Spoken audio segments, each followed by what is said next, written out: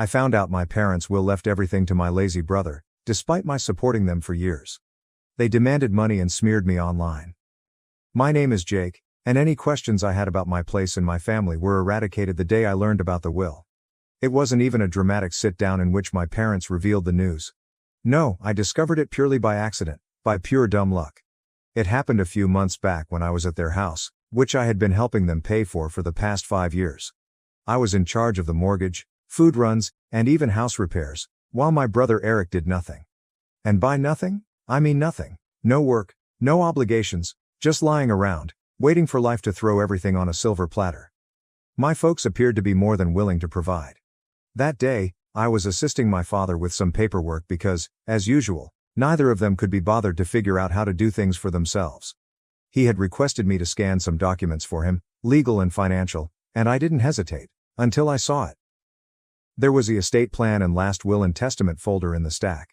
I don't usually snoop, but curiosity got the better of me. After all, I had been the one to ensure they had a roof over their heads. It wasn't out of the ordinary to ponder how things were set up for the future. So I opened it. And that's when I noticed the words that made my stomach plummet. Everything, and I mean everything, was going to Eric. The house, their savings, and their property. There isn't a single mention of me, except from some general phrases like loving both of their sons equally. That is why they ensured that their golden child would inherit everything, while the son who kept them afloat received only a footnote. I felt foolish. Here I was, bending over backward for them, making sure their bills were paid on time, making sure they never went hungry, while they sat back and planned for a future in which I received nothing. And Eric? He wasn't simply lazy. He was entitled. He never raised a finger to assist them, never donated $1, yet he had persuaded them that he deserved everything. Perhaps because he was the younger son. Perhaps because they had always pampered him. Perhaps he understood just how to influence them. Whatever the reason, they'd made their decision. I sat there staring at the paper, my hands quivering with wrath and betrayal. How long did they plan this? Had they always planned for me to be their free financial safety net, offering nothing in return? Have they ever appreciated what I accomplished for them? I wasn't sure how long I'd been sitting there, but my father saw I wasn't scanning anything. "Hey, Jake, what's taking so long?" he inquired, going back into the room. I didn't even bother hiding the will. I raised it up and looked him in the eyes. "So this is how it is?" I inquired, my tone unnervingly calm. "Everything to Eric? After everything I've done for you?" My father's face paled for a second, but then he sighed, as if I were a small child having a tantrum. "Jake, it's not what you think." "Really?" I snapped. "Because it looks pretty damn clear to me. I've been paying your mortgage, helping with groceries, fixing the house up, while Eric does nothing, and you still decided he's the only one who matters?" Dad was embarrassed, but instead of explaining himself, he simply said, "It's complicated." That was it. There was no apology or attempt to defend it beyond those two worthless sentences. Just a poor apology and an eager expression, as if he was waiting for me to drop it and return to being their personal ATM. I should have gone out right then, but I wanted to hear from each of them. So I called out for my mother. When she came in and saw the will in my hands, she didn't respond well. She had the decency to appear guilty, but what she said made my fury boil. "Jake, honey, you don't need the inheritance," she whispered softly, like if she were doing me a favor. "You have a good job. You're independent. Eric, well, he struggles. We just want to make sure he's taken care of." That was the moment something inside of me shattered. They were not even ashamed. They understood exactly what they were doing, and they believed it was entirely right. They had spent years encouraging Eric's laziness, and now they planned to reward it by giving him everything while dismissing me as an afterthought. I took a long breath, tightened my jaw, and placed the will on the table. "Got it," I said, my voice strangely calm. "Glad to know where we stand." Then I turned and marched out of the house, disregarding their protests and slamming the door behind me. They had made a decision. Now it was time for me to make mine. I did not return to their place after that. I did not call. I did not check in. For the first time in years, I let them deal with their own dang problems. If they needed to mend something, they could figure it out. If they wanted groceries, they could make their own way to the store. Most importantly, what if the mortgage bill showed up? Well, I wasn't the one paying for it anymore. The hush lasted almost 2 weeks. At first, I guess they thought I was simply pouting and would crawl back like usual. Perhaps they expected me to calm down and apologize for questioning their choice. But as the days passed with no news from me, and, more significantly, no financial assistance, you could almost sense the change in their mood. Then, one afternoon, my phone vibrated. Dad messaged, "The property taxes are due." That was it. Number, "Hey, how have you been?" Number, "Sorry for what happened." Number, "We really appreciate everything you've done." Just a cold transactional message, as if I were still a walking ATM that they could access whenever they wanted. I stared at the computer for a time, almost amused by how predictable the results were. Did they truly believe they could just demand money like nothing had happened? That I would continue to serve as their financial safety net, even after they made it quite plain that I was disposable? I gently typed back, "I'm sure Eric will handle it, since the house is his and all." It took exactly 5 minutes until my mother called. I let it ring. Then another text came in. Mom messaged, "Jake, please don't be like this. We need to talk." Oh, now they wanted to speak. Now that their debts were stacking up, a reality was finally staring them in the face. I waited an hour before responding. "There's nothing to talk about. You made your choice. Now you can live with it." I figured it was the end of the day. I had made my position clear, and no part of me felt terrible about it. But then Eric decided to join in. His text arrived late that evening, and the moment I saw his name appear on my phone, I knew it was going to be something nasty. Sure enough, when I opened it, I was met with utter entitlement. Eric messaged, "Dude, why are you being such a drama queen? It's not a big deal, just help them out like you always do." I almost laughed. Is this not a significant deal? He actually seemed as if I had no right to be upset about this. I wrote back, "No, I think you've got it covered, since you're the favorite and all." Eric messaged, "Oh my God, are you seriously mad about the will? Grow up, man, it's just money." Oh, suddenly it was only about money. It didn't matter anymore now that he had the inheritance. The hypocrisy was astonishing. I shot back, "Then you won't mind using some of that money to pay for the mortgage, right?" Silence. A few minutes later, my mother texted me again, this time in full guilt trip mode. Mom messaged, "Jake, we're your parents. Family takes care of each other. We did so much for you growing up, and now you're just abandoning us?" I had to take a deep breath to keep from tossing my phone across the room. Abandoning them? I'd spent years ensuring that they never had to struggle, while they coddled and rewarded Eric's lazy behavior. And now that they'd had to face the repercussions of their own actions, I was the bad guy? I was not falling for it, not this time. I replied, "You made it clear I wasn't part of the family when you left me out of the will. Now Eric can take care of you." I can imagine my mother gasping loudly. She had a knack for playing the victim, even when she was in the wrong. A few minutes later, my father sent another text, and this one made me furious. Dad messaged, "We're not asking for much, just enough to cover the mortgage for a few more months until we figure things out. Don't be selfish." Selfish? The word caused my blood to boil. I'd been bailing them out for years, devoting my own money, time, and energy to make their lives easier. I had done all a good son should do. So, how did they repay me? I made sure I received nothing in exchange. And now that I've finally stood up for myself, I'm the one being selfish? I tightened my jaw, took a big breath, and texted back, "Number, I'm done." Then I shut off the phone. They'd made their choice. They were now going to have to live with it. The stillness lasted one day. I knew my parents would not give up so quickly, but I wasn't prepared for what happened next. The next morning, I received a notification on my phone, a bank transfer request. I grimaced as I unlocked my phone to check. It was from my mother. She had genuinely asked me for money. As if I were an ATM. "What is the amount?" $3,500? I looked at it in surprise, partially chuckling at the arrogance. There's no message. There's no explanation. Just a cold, blatant demand for the precise amount required to cover their outstanding mortgage. They didn't even ask anymore. They just assumed I would give in. I declined without hesitation. Not even 5 minutes later, my phone rang. It was Mom. I let it ring.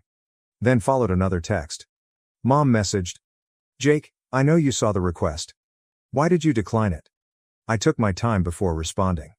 "Because it's not my responsibility. Try Eric." Another call. Declined. Then another text. Mom messaged, "We're going to lose the house if you don't help us." Oh, this was an emergency. After years of exploiting me as a walking wallet, they were finally facing the repercussions. I wrote back, "Maybe you should have thought about that before deciding I didn't matter." A few seconds later, Dad joined in. He said, You're really going to let your parents become homeless? That one had me laughing out loud. The manipulation was so obvious it was almost comical. They weren't broke. They were not going to be put on the streets. They simply didn't want to go into their personal savings because they were accustomed to me covering everything. I disregarded them for the remainder of the day. That night, I received an SMS from Eric. Eric messaged, "Dude, just send them the money already. You're making this a bigger deal than it is." I clenched my jaw. Did this entitled little jerk really think he could lecture me? I wrote back, "You mean the same money you're inheriting? Why don't you send it?" His response came quickly. Eric messaged, "You know I don't have that kind of cash right now, right? So now it's about affordability?" He was fine with me draining my accounts, but whenever it was his turn, he had nothing to offer. I responded, "Guess you better figure it out then, bro. You're the one they chose." No response. I went to bed feeling strangely relieved, as if I had finally broken free from years of manipulation. However, the situation worsened the following day. I was at work when I received a call from my apartment's front desk. Receptionist. "Hey, Jake, your parents are here." I almost dropped my phone. "What?" She paused before adding, "They're saying it's an emergency, and that you won't answer their calls." Oh my God. They showed up at my flat solely because I stopped paying their bills? I took a deep breath and pinched the bridge of my nose. Please don't let them up. I'm not expecting them. There was an awkward moment. They're being kind of pushy. I clenched my jaw. I don't care. They can leave. I hung up and instantly received a text from Mom. Mom messaged, "We downstairs. Open the door."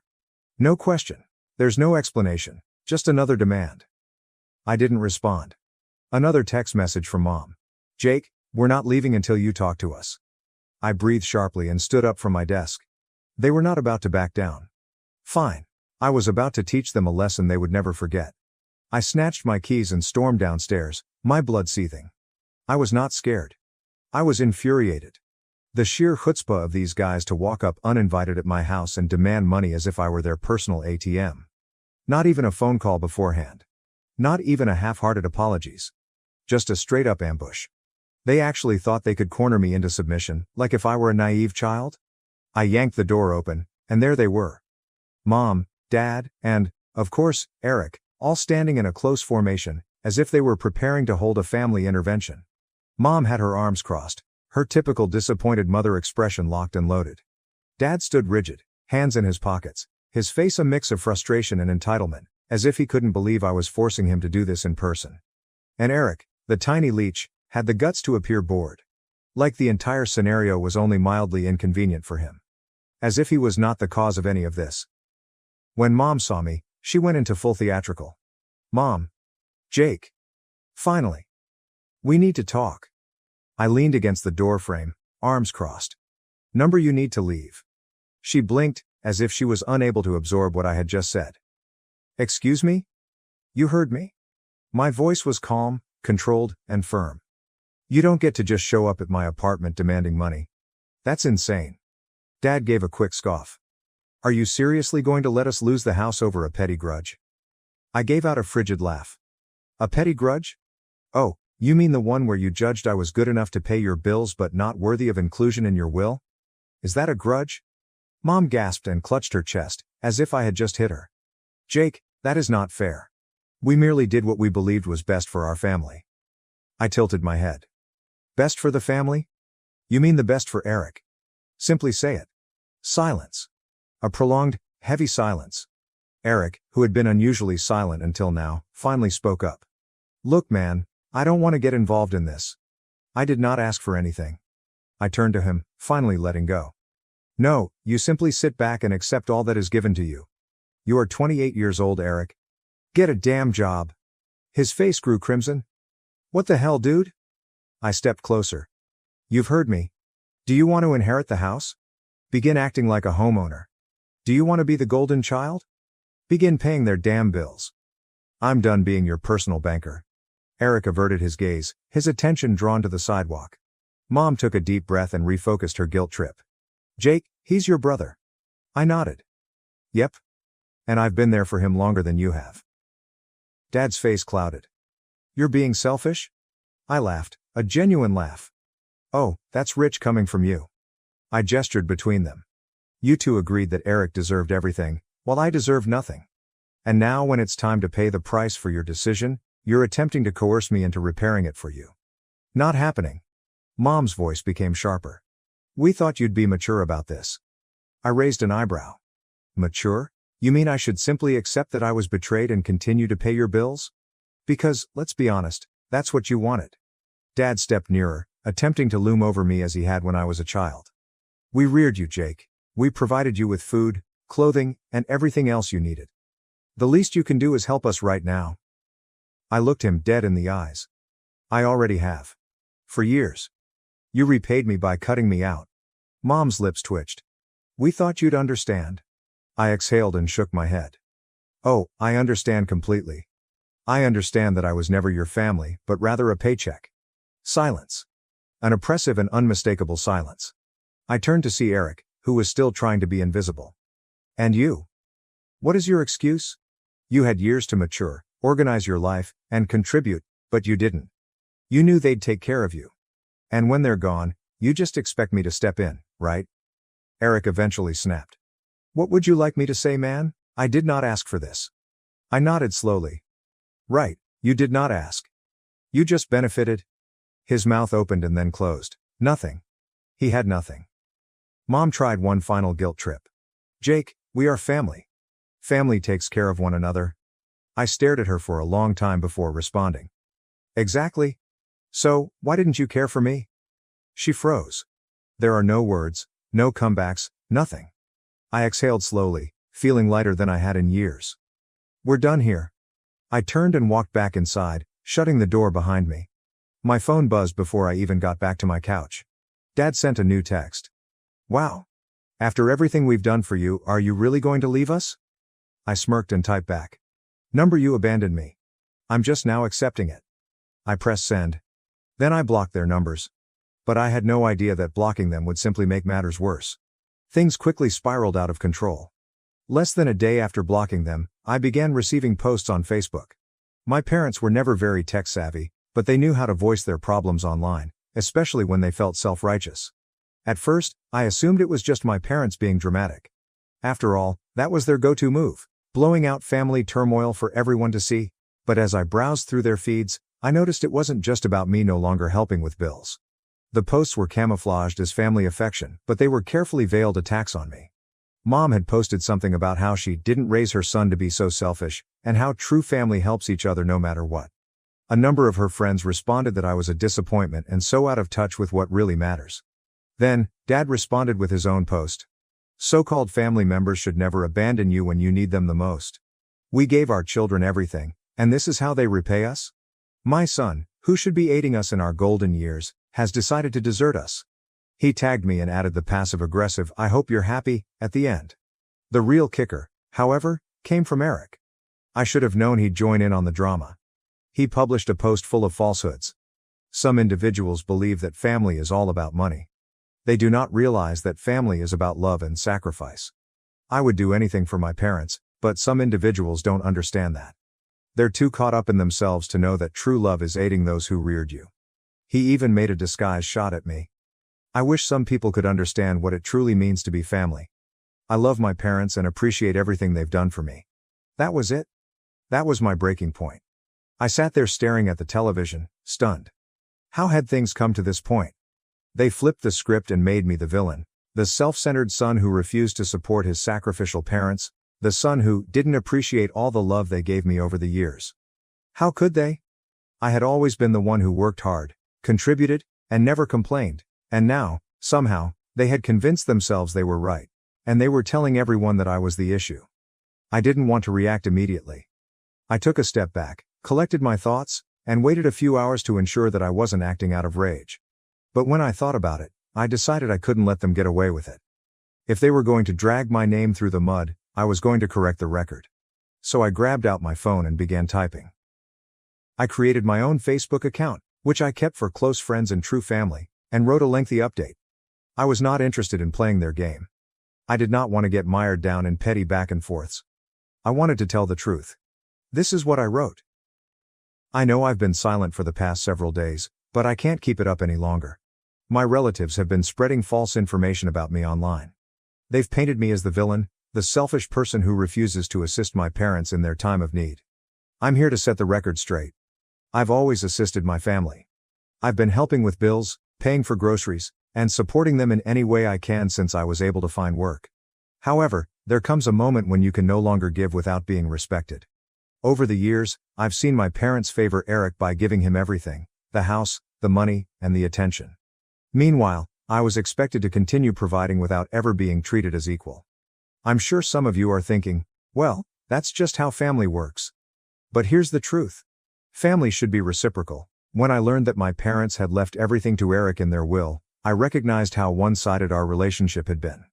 They did not give me a second thought. They've made it apparent that I'm only the one they can rely on when things go tough, not the one they truly want around unless it's convenient for them. For years, I've been responsible for paying for their lifestyle. I've paid for vacations, bills, and even assisted with things like house taxes. And for what? To be viewed as a backup plan? I am done. I am not merely a wallet from which they may withdraw money whenever they need it. I am a human being and deserve to be respected. I've earned the right to be treated like I'm important, not just when they need something from me. As for Eric, it is time for him to grow up.